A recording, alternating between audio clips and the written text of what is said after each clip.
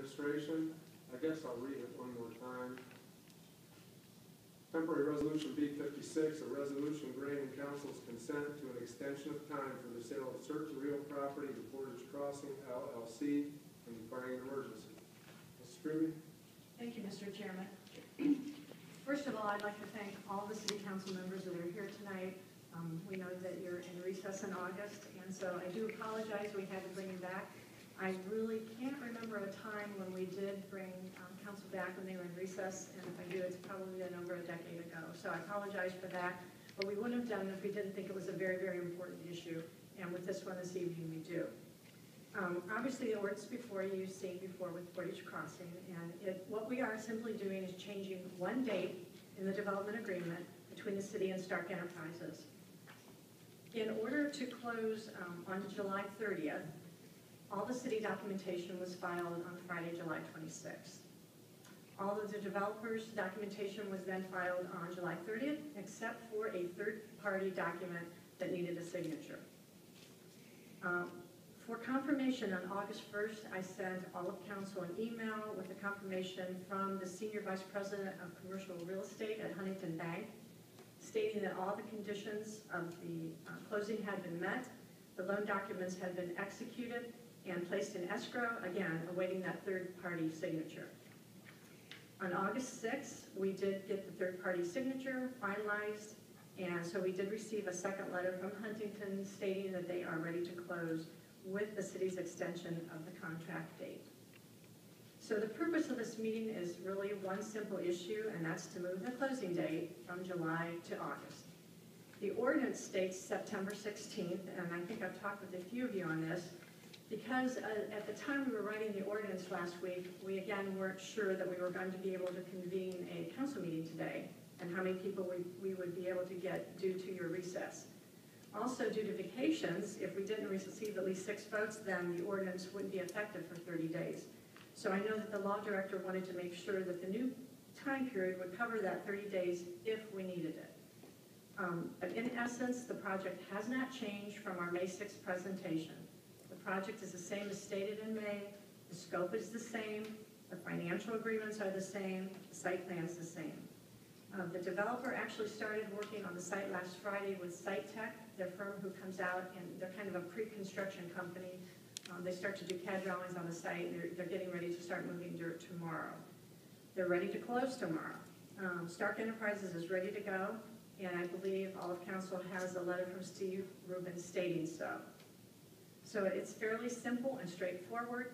We'd like again to change that date from July 30th to a date here in August, or all the way to September 16th if you so choose, to close so that we can get moving on the project. Although I will reiterate, Stark Enterprises is ready to close tomorrow based upon your vote this evening. So I'd be pleased to answer any questions you might have. At this time, I'll open it up to any questions or comments from anyone on the rail. Mrs. Clear. Thank you, Mr. President. I'm just curious as to the status of Menards and the old Giant Eagle property, or what will be the vacant Giant Eagle property. Okay. Again, just so everyone knows, Menards is separate from Portage Crossing at this point. They remain very interested in the site. There was a period of time, I would say the first quarter of this year, when Menards countrywide wasn't really looking at doing any new openings. It's a family-owned business. Since that time, I would say kind of the April-May timeframe, they have expressed an interest in Ohio, but more particularly Cuyahoga Falls. We've been in correspondence with letters and so forth, and again, it's very positive. Have they said it's a for sure go? Not yet, but we are still in conversation with them, and they do like the site. When was the last time we received correspondence from them? I'm guessing here, I'm going to say May, maybe. As far as written correspondence in May, I've had verbal conversations through the developer, because they're obviously still talking with Echo out of Pittsburgh. So I've had conversations about it in the last 30 days, but not any written documentation. And who in the Menards, I would say, what position in the Menards organization are they corresponding with? At what level on their end? Yes. The top. Mr. Menard, senior, or the third. I'm not sure which it is. I'd have to look at my paperwork. Thank you.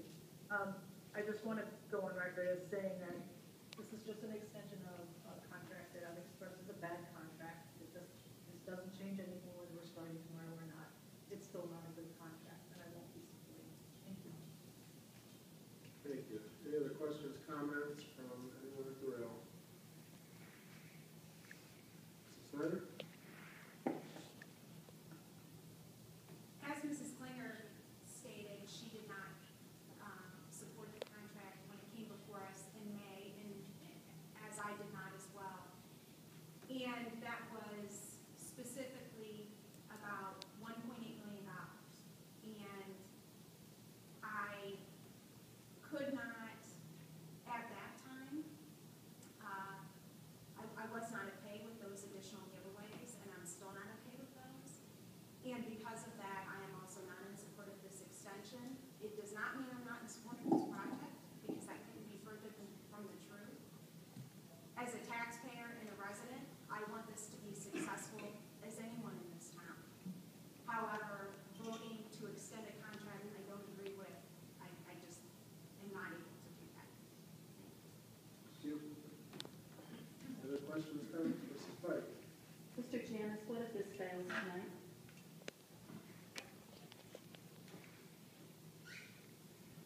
Councilmember, if the resolution fails tonight, then the parties do not have authority to close the transaction. Do we start over? Well, the two parties always have the opportunity to contract again if they choose to. Obviously, council would at some point need to approve whatever else is negotiated. I feel like I'm at the end of a race, like a marathon, and I just need to take that step. So tonight I will be voting in favor of this legislation. Thank you. Mr. Janice, I have a question also regarding the vote tonight. In order to, I see we have a September 16 date. Could you give us the reason why, since they're ready to close, we can't have this date be August 16th then, rather than September 16th, which would be this Friday? Councilmember, as Ms. Truby indicated, at the time we were setting this meeting up, we didn't know if we were going to have a quorum. We didn't know if we were going to have 11 council members here, or 10 council members, or 8 or 6. So we set the date out so that if it passed by a simple majority, it would be effective with enough time to close the transaction after the effective date. And that's why the deadline is set out to September 16th. If there's a vote of 2/3 or more, then the emergency clause is effective and it goes into effect immediately. But if a motion were made tonight to move that date of the temporary ordinance B56 to August 16th from September 16th, that could be voted on this evening? Yes, council has discretion to amend it as it chooses. Thank you. Any other questions, comments? Mrs. Pike? Mr. Kovac, if you make that amendment, I will support it. Thank you. I had a couple questions for Sue, and I'll come back to everyone else in the public. Could you explain the delays and what's caused the delays, things that we may not know that haven't been in the press? Okay, I think I did in my email, but I will reiterate again. There was a third-party signature that was required on the developer side, and there was simply waiting on that.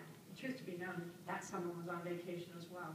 It's amazing, I have found through the months of June, July, and August, even myself was on vacation last week. There are just certain things, people take more vacations during the summer months, and I have not yet run into an attorney that's been working on this case, or the developer side, or someone where we've been missing a person to do something. So everything's aligned right now to be signed, and again, as I mentioned, if Mr. Rubin was here tonight, he would tell you they are ready to close tomorrow. So. And I guess, just to look back a little further, when there was the first extension given, I would assume that they thought that they could have the deal closed prior to that one expiring, and now we're back again with another extension. What was the stumbling block? Why the numerous extensions? You know what, Mr. Walters, I firmly believe that they believed that they could close. Having been involved more in this retail world in the last 3 years than I've ever been before, I think when they tell you, we've got a lease and it's going to be signed by this Friday, they thoroughly believe it's going to be signed by this Friday. And then when Friday rolls around, I go, this happened or that happened. And anyone, particularly attorneys that work in that commercial real estate world, I think would understand those delays. Again, I think with all certainty, anything that they've told us, they believe was going to come fruition at the time they told us. They're just extenuating circumstances that occur that haven't allowed it to. I would tell you now, I kind of agree with Mrs. Pike that we're right here at the end now because all the documents are filed, they're in escrow and ready. There are no more delays. So with the extra time granted, or will be granted possibly tonight, are there more leases signed and there's more tenants committed with the extra time that he's had? Mr. Rubin told me today, again, we know all the signed deals, that they're still working. They have letter of intents from 5 additional ones, and they're in negotiation with 3 other categories of establishments. He said today that I expect that after we close, that will obviously spur a little bit more excitement too, and he would expect to have 5 to 6 leases signed within the next 2 weeks. And I believe in the contract, if you read the one clause, something about he had to have enough percentage signed to make it economically feasible for him. And so he's reached that threshold, He I has. would assume. He has. What's the percentage, do you know? I do not know that.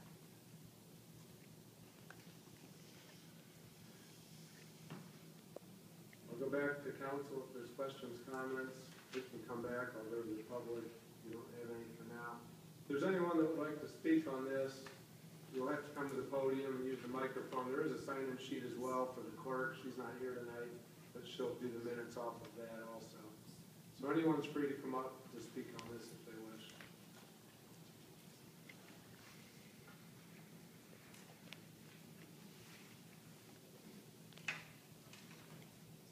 What's the procedure? Sign in? Yeah, go ahead and sign in and give your name and address, sir.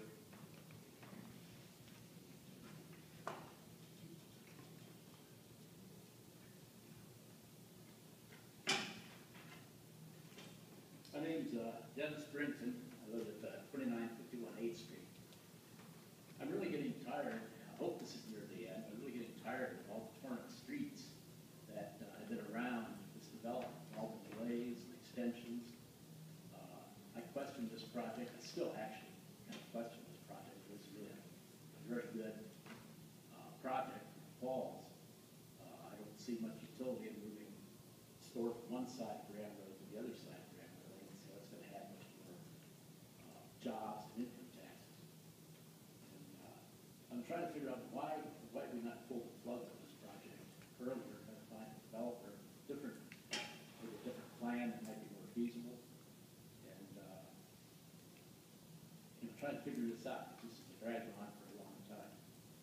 And I was doing some research and I found out that spent about $5,400 in campaign contributions from the developer to the mayor. And people have to speculate on what that means, or what the impact of that is. I personally, I'm not sure if that's legal. It might be legal. Whether it's ethical, that might be a question. I don't know. I'm not versed in details of campaign finance law. But, I think this is a project that should have gotten the EPO earlier and get somebody else in here who can move it along and keep it moving. And it just seems a delay after delay after delay. Resources committed to this project maybe should have been used somewhere else in our community in terms of keeping up our neighborhood. That's a concern to me. I see a lot of changes. I've been here for 37 years. I see signs of decay that I don't think are being addressed. Maybe the preoccupation of this development has something to do with that. I also have heard some rumors, I guess you might call it, that there would be some school development, some kind of campus, some kind of plan between the developer and the mayor, the school superintendent, the school board, to develop some new project. Well, based on the track record of this project, I hope that doesn't come to pass. I think our schools are important, and I don't want to see them get bogged down. Something's going to drag on and on and on. So that's my opinion on this see something happen up there, but, I just don't think what's going to happen is what the soul is. Thank you. Thank you. Anyone else like to come up and speak? Welcome to come up.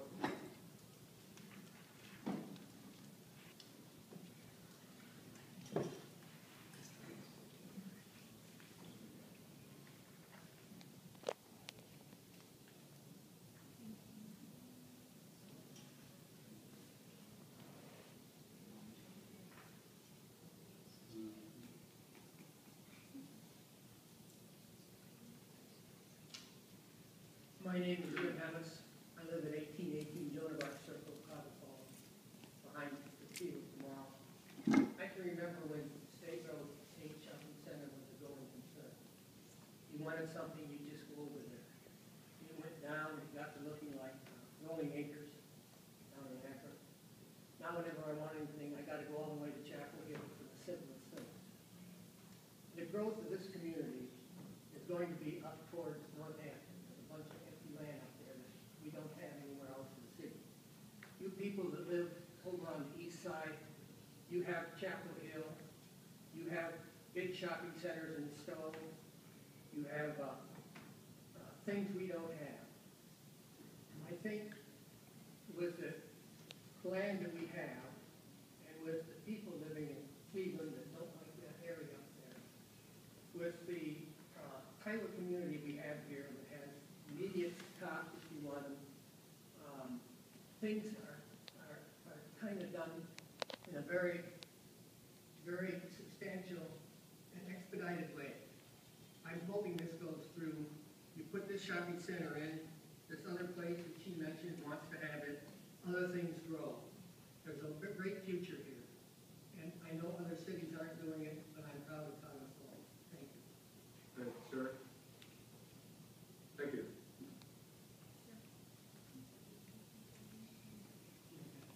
Is there anyone else who'd like to come up, Mayor? Thanks, Mr. President.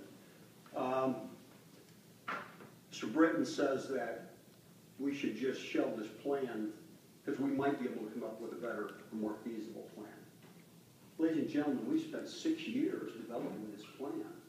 This committee that selected Stark Enterprises was made up of 3 people off City Council and 2 out of the administration. Debbie Ritzinger served on that, Diana Calavecchio, and Ken Barnhart. So 3 out of the 5 people that selected Stark Enterprises were City Council members. It wasn't just something that we railroaded through. It wasn't because somebody made contributions to me. I had nothing to do with the selection. I was happy for it because I had seen the work of Bob Stark. I saw that there wasn't anybody in Northeast Ohio that was better connected to all the retail entities in Northeast Ohio than Bob Stark. I don't know who out of your head could possibly you could come up with that we would start all over again. To me, that is absurd.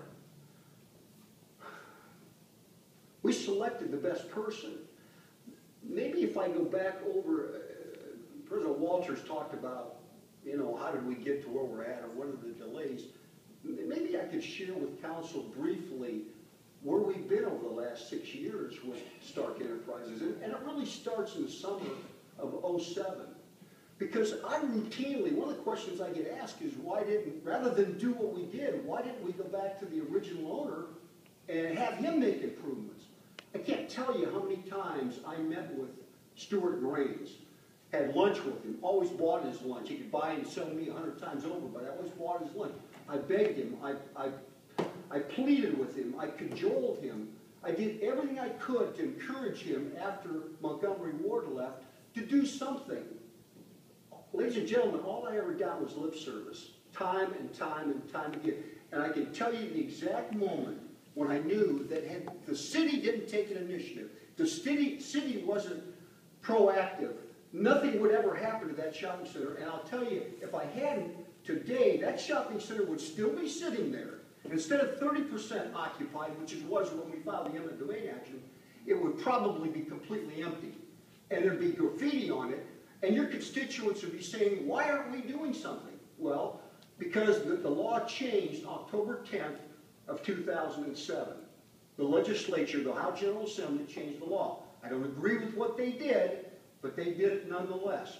Well, we found that out shortly after my last meeting with Stuart Grains, and I can tell you the exact moment when I knew that we had to take a proactive approach. I had lunch with Stuart Grains once again. We went out in front of Lefevre's. It was still Lefevre's then. And we're standing out front. It was a beautiful day like today, sun shining. And Stuart Grains turns to me and he says, Mayor, now the State Road Shopping Center, how do I get there from here? Folks, that was like sticking a dagger right through my heart. Because at that point in time, there wasn't anything more paramount on my mind, and I suspect on your minds as well, as to what we're going to do. But he wanted to know how we could get there. I immediately came back and started talking to Virgil Arrington. I knew there had been a lot of talk in the General Assembly about changing the legislation. We found out that the law was going to change October 10th, 2007. We filed the eminent domain action on October 9th, one day prior to the changing of the law. Had we not done that again, the shopping center would still be there because there would be no way we could force Stuart Grains to do anything. It would be very similar to what he has out in Stowe, in that Stowe Kent Shopping Center, where it's just going downhill, and going downhill. As you know, we got an agreement together. We took it to City Council early in 2008, and it passed unanimously to buy the shopping center. And I think Council did that with the intention that it would be redeveloped. We didn't know then for sure who it would be, but again, largely City Council made the decision to bring in Stark Enterprises. I just want to conclude by saying that there are things that have popped up over the last couple of years that we could not have anticipated, that were beyond our control. One, and it's been hinted at and alluded to, was that originally Menards was supposed to be part of Portage Crossing. Well, Stuart Grains had an original agreement with Bob Stark to sell the Pizza Hut for $275,000. It was going to be bulldozed. Menards was going to go in that space. They needed that for parking. And we were going to include Pizza Hut in Portage Crossing as a whole. When Stuart Grains found out that Menards was coming, his price went from $275,000 to $3.5 million. We could not anticipate that ahead of time. That's beyond our control. All we can do is be persistent and keep working, which we did. Now, that cost us a year. But nonetheless, we kept going. We didn't know that the EPA, without telling us, changed the rules regarding detention ponds. But they did. So we had to go back and redesign the whole complex to facilitate detention ponds because EPA decided in their infinite wisdom that it had to be another way other than the way we've been doing it for the last 10 to 15 years. We could not anticipate that. We didn't cause it, but we just have to deal with it when it lands in our doorstep. And finally, who would have known that when we bought BP, and by the way, we didn't buy it from BP. BP had recently sold it to Easy Energy. But when we bought it, Easy Energy had a grandfather clause that said they could put anything they wanted there, but when it reverted to us, there was a clause that said they couldn't sell, whatever went in there couldn't sell either coffee or soft drinks. Well, that eliminates a restaurant. A restaurant's going to go there. So we went back to BP. It was a perfunctory thing, but when you take something back to British Petroleum that has probably more attorneys than we have employees, you're not going to do it overnight. That was a delay. That took some time. The point I'm trying to make is things came up constantly to the point where I thought Sue was going to go down and jump off the bridge, but she was persistent, she was dogged, she was determined, and she kept going. And it's been a struggle. The economy hasn't helped. But we have been persistent, we've worked hard at it, and despite what Mr. Britton says, we're going to get this thing done. Tonight, if it passes, it's going to close tomorrow, and construction will begin this week. And I got to tell you, after having been going through the neighborhood over the last month, I can tell you what's on the mind of the voters and the residents of this community. They want to get this thing started. They don't care about the minutia and all this other mumbo-jumbo and all this dreaming up that, well, we can come up with a better contract. I want to know who in this room has ever put together a project of this magnitude. Is there anybody? I can't believe there is. But we have. And it's a positive. It's going to last this community for decades upon decades upon decades. And we need to get it voted on tonight. We need to get it closed tomorrow. And we need to get construction this week. Thank you. Sawyer. Yeah, we'll let her go, and then we'll come back to council. Should sign in and then This take. has been a very long 3.5 years, waiting, waiting, waiting. Could you please state your name and address for the clerk? Lenny Swarovski, 1917 Schiller Avenue. They want to extend it until September 16th, okay? So I asked them to extend it until September 16th.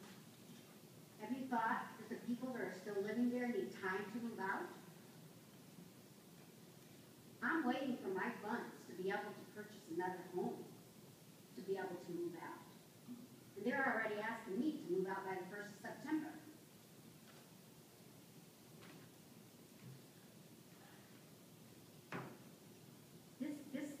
This thing needs to pass tonight so people can move on with their lives. My life has been on hold for 3.5 years, and I think that's enough.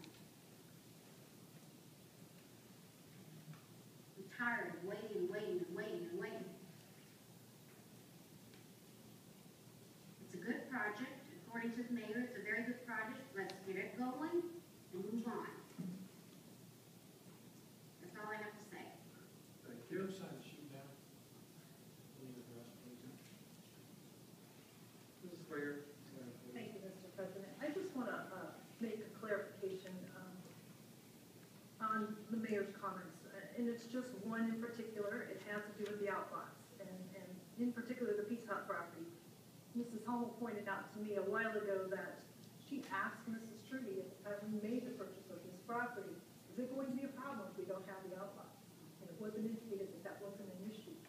So I just want everyone to remember history here, that we were told it wasn't going to be an issue.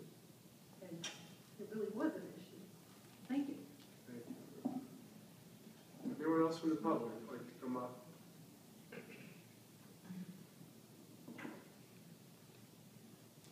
City Council, questions, comments? None? Okay. I will entertain a motion to bring temporary resolution B56 out of the committee of the whole for favorable vote this evening. The court needs names, I'm sorry. Motion?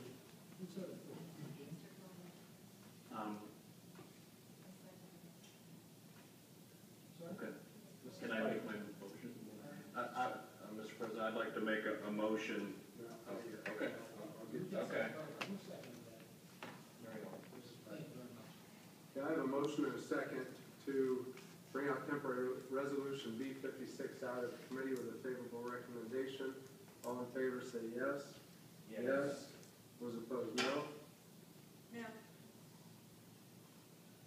Motion carries 9-1. We will vote on temporary resolution B56 tonight. Okay. Okay, at this time, we will move on to the report of committee, and the Committee of Committees and Seating. The chair is in favor, and I will entertain a motion to approve the appointments of the committee. So moved. Motion and a second. Did you get that, Mr. James? Motion and a second to approve the recommendation of the Committee on Committees and Seating. All in favor signify by saying yes. Yes. Motion carries 10-0. The appointments are approved. Now we'll move on to the report of the Committee of the Whole. Committee of the Whole is in favor of temporary resolution B56. This time I'll entertain a motion for its adoption.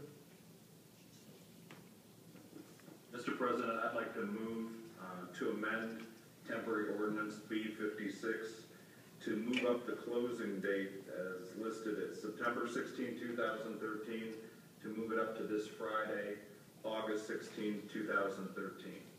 Okay, that would be, just to clarify, line 48, and anywhere else that date appears. I believe it appears just in section 1 of ordinance B56. So the motion was to amend temporary resolution B56 from line 48, September 16th to August 16th, 2013. Any comments? No comment. Question's been called. All those in favor of the motion signify by saying yes. Yes. Those opposed, no. No. No. Motion carries. Eight, This is 91. roll call, please, I guess, we'll roll call. Sorry. Mrs. Snyder, No. Mrs. Klinger. Mr. Ayula, Yes. Mr. Rubino, yes. Mrs. Pike, Yes. Mr. Pilata. Yes. I'm sorry? Yes. You said yes? You didn't say it very well.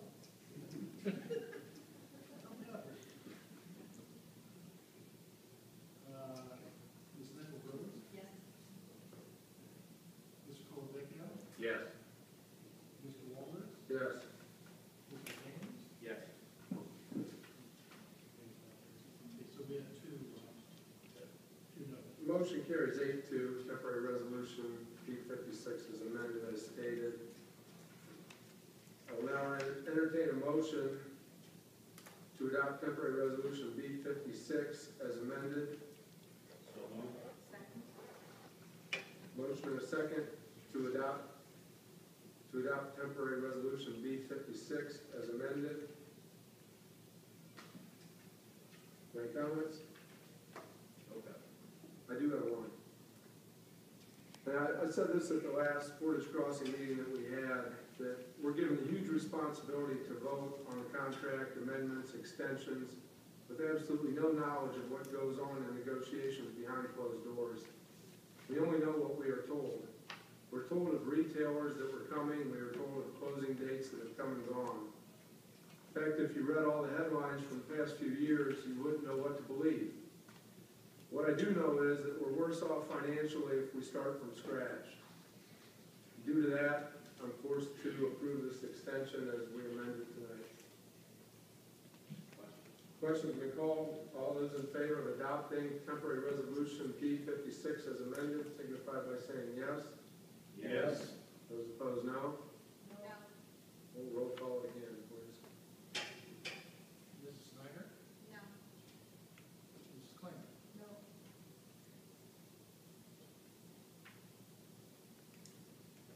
Mr. Ayula, Yes. Mr. Rubino, yes. Mrs. Pike, Yes. Mr. Pilata, Yes. Ms. Nickel Rose, Yes. Mr. Colavecchio, Yes. Mr. Walters, Yes. Mr. James. Yes. Motion carries and the resolution is adopted 8-2.